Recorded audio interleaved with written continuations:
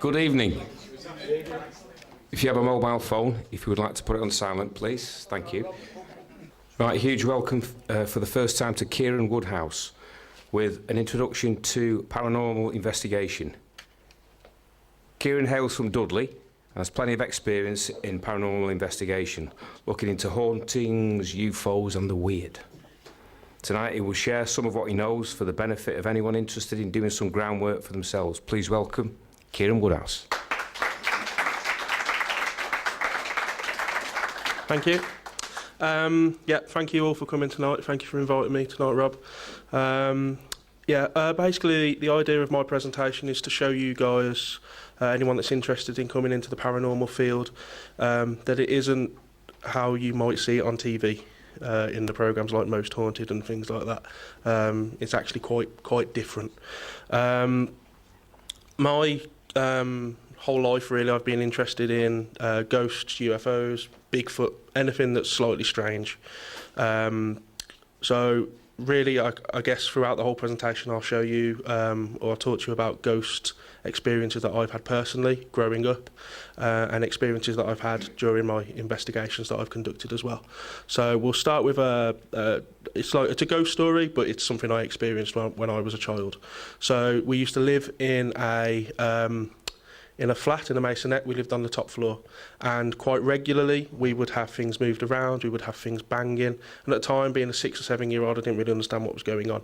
My mum used to have vases. She'd have a big vase, a medium vase and a little vase, and that's how she had them on the fireplace: big, medium, small.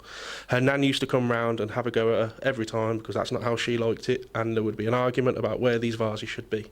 Quite regularly we would go out and we would come back and the vases would be exactly how her nan would like them, despite the fact that she'd died about 3 or 4 years previously. So it was things like that that kind of really began to pique my interest into, well, what is it that's moving these vases around? So as I got older, unfortunately life gets in the way. We go to work, we find a girlfriend, and we don't have enough time to really do much research into the things that we enjoy. Unfortunately, or fortunately, depending on how you look at it, I had a really bad rugby accident and ended up with a 6-hour knee operation. During that time, I spent a lot of time at home with no mobility and basically just getting fat, putting on weight at a really fast pace. During that time, I found ancient aliens, if anyone's ever heard of ancient aliens. And it kind of just struck a chord with me in terms of, I was never been religious, never really believed in God in the sense that we see it every day. And this kind of filled the big hole that had me asking questions. And of course, when you go on YouTube, you watch something about ancient aliens, one thing leads to another, then you start looking at things about 9/11, you start looking at other conspiracy theories, and I guess my kind of enthusiasm for this field sparked up again. Now around that time, and this isn't necessarily to do with the paranormal, but it's kind of how I got back into that field. I had a UFO visitation, I suppose. So me and my brother were coming back from a rugby training session, and we were driving across these, it's like a country lane really by where I'm from. It was about 9:45 at night back in 2013, and at the time there were no cars around. It was dead quiet, as you should expect in a country lane at that time of night. It was dark. Parallel with that road you can't see is the M5. So you can see lights from the M5, you can hear noise from the M5. As we were coming up the country lane, there was a huge bright light out the corner of my eye, and I didn't really get what that light was. I asked my brother, he didn't know. I thought it was from the M5. Eventually, the road gets to the top, as you can see there, and there's a big clearing where there are no longer any trees. And there, at about, I'd say 1,000 feet away, about 500 feet up, so really not high at all, was this triangular craft, which I'd say was about the size of half of a football pitch. And the silence is what scared us all the most. It was all me and my brother. You could hear a pin drop. So I pulled the car over, put my hazards on, and that's all you could hear, just the hazards ticking. You can hear helicopters and planes at thousands of feet. This thing was right there, and we just could not hear a thing. And it was cruising along at around about 30, 40 miles an hour. If I'd have carried on driving, I'd have left it well behind. I didn't have any idea what it was. To this day, I don't say it's anything to do with aliens. It could be, it might not be. It was just an unidentified flying object that I didn't know what it was. Luckily, my brother, who's got no interest in this kind of thing, was there with me. So when I go and tell my mum and dad, and they think I'm the boy who cried wolf, they kind of say, you know, my brother was there with me as well, so he backs that story up. This is just to give you an idea, really, of where it was. Kind of above the trees, and eventually it did get back out of shot. I hasten to add that me and my brother both played at prop, so we were big guys, and we were both sat in that car crying our eyes out. Couldn't explain why. I don't know if it was the fear, don't know if it was the unknown, but we were crying like babies. It wasn't a very nice feeling. There was no missing time. I was quick to look at the missing time. There was nothing like that. Just a really surreal experience. The craft had lights. It had 2 big lights on the back, just like that, I've depicted there. No light at the front. A lot of people seem surprised by that. We had a thing called, as Rob said, I'm from Dudley, we had a thing called the Dudley Dorito, which was a triangular craft spotted probably a couple of years before this at certain areas around the Black Country that people called the Dudley Dorito, and that's kind of, I think, what I saw. Of course, the next day, did loads of research, couldn't find anything that anybody else had witnessed. There's farmland where it was going over, no one that lived there saw what we saw, but we know what we saw. So that kind of sparked my interest, again, coming back into the kind of the conspiracy world and the paranormal. So from that side, once that had happened, I kind of thought, right, I want to get back into this, and I started going out to paranormal investigations. So has many here been to a paranormal investigation? A couple, maybe a couple that don't want to say they have. Okay. So you guys will probably know what I'm talking about throughout the night. I also, if anybody has a question, a burning question, just shout out to me throughout the presentation. I'll do my best to answer. So I started going on paid paranormal investigations. These groups can charge anywhere between £20 and £30, right the way up to £80 and £90. And you're normally there for about 6 hours. And they do include a free drink. It's nice of them.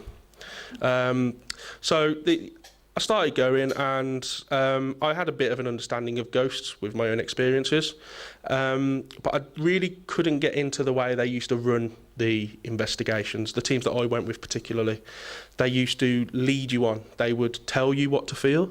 They would tell you how to feel. They even had their own in-house medium at some of the ones that I went to that would tell you there's a man standing next to you. And of course, whether you believed it or not, they would make sure you believed it by the end of the night that there was a man standing next to you. So that got me thinking, why do they do this? Why do they lie, or why do they make things up, or why do they make it sound better than it actually is? So I went to a few more, and this became the common occurrence. It became really quite common that these groups were really just in it for the money.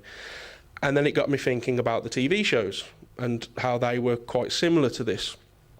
So I started to think, well, if the TV shows are doing it just like the groups that I go to watch, and it's all about the money, then is the fakery involved? Is the trickery involved?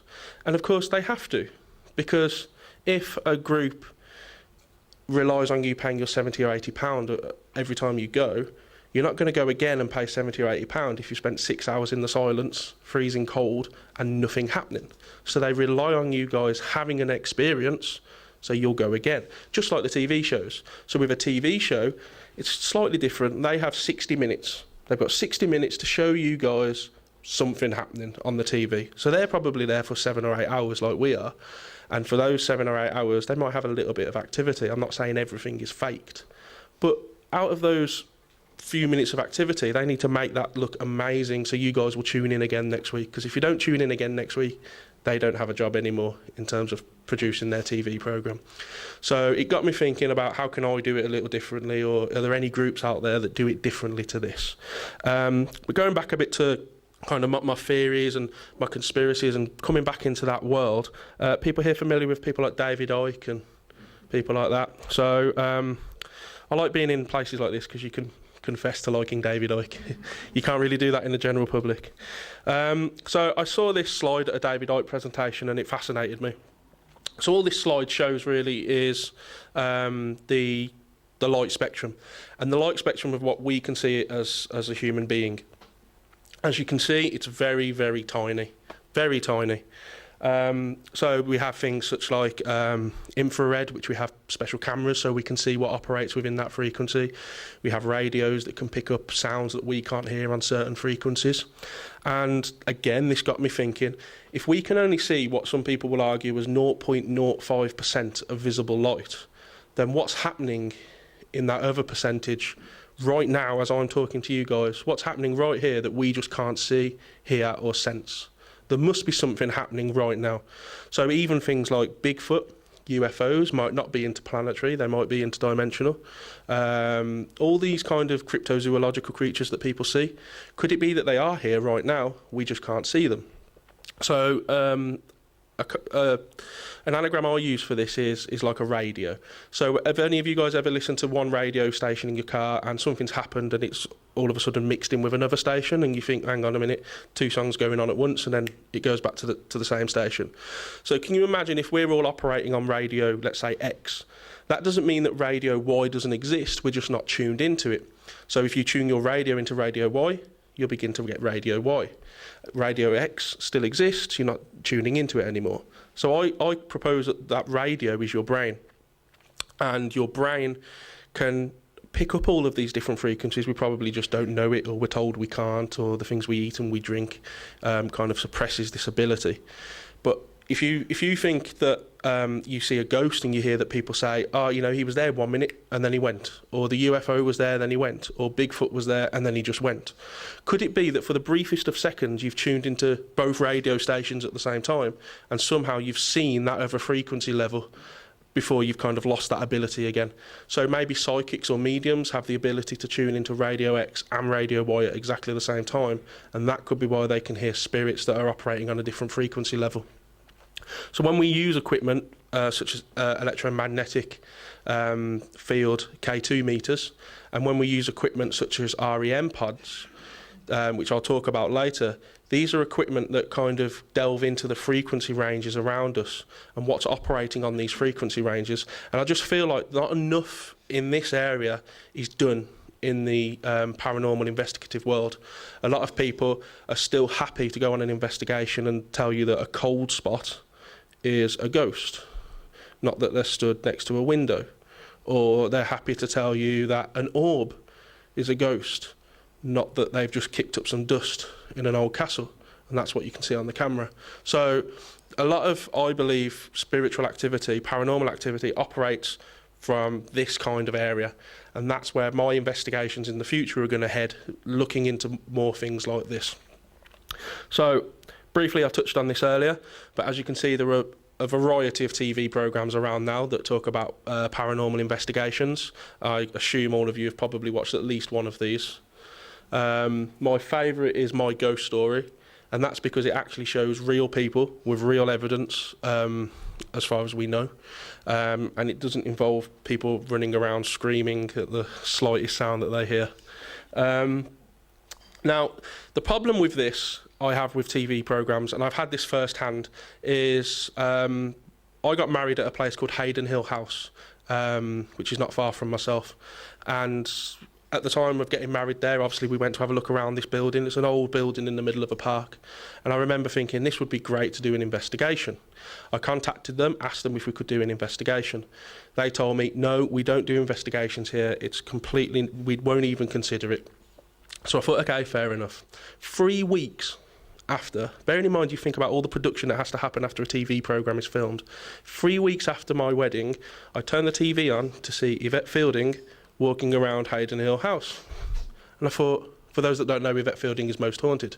So I thought, how, why have they got that? And they've just told me that I can't do that. And the answer is money.